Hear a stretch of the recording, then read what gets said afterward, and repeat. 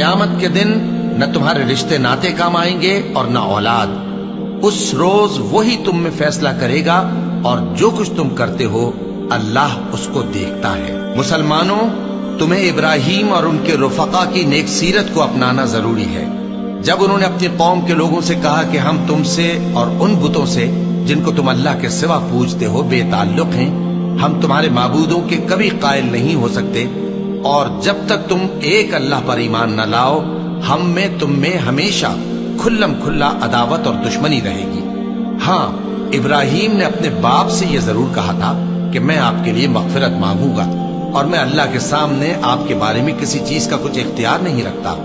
اے ہمارے پروردگار، تجھی پر ہمارا بھروسہ ہے اور تیری ہی طرف ہم رجوع کرتے ہیں اور تیرے ہی حضور میں ہمیں لوٹ کر آنا ہے. اے ہمارے پروردگار، ہم کو کافروں کے ذریعے فتنے میں نہ ڈالنا، اور اے ہمارے پروردگار ہمیں معاف فرما، بے شک تو غالب ہے، حکمت والا ہے.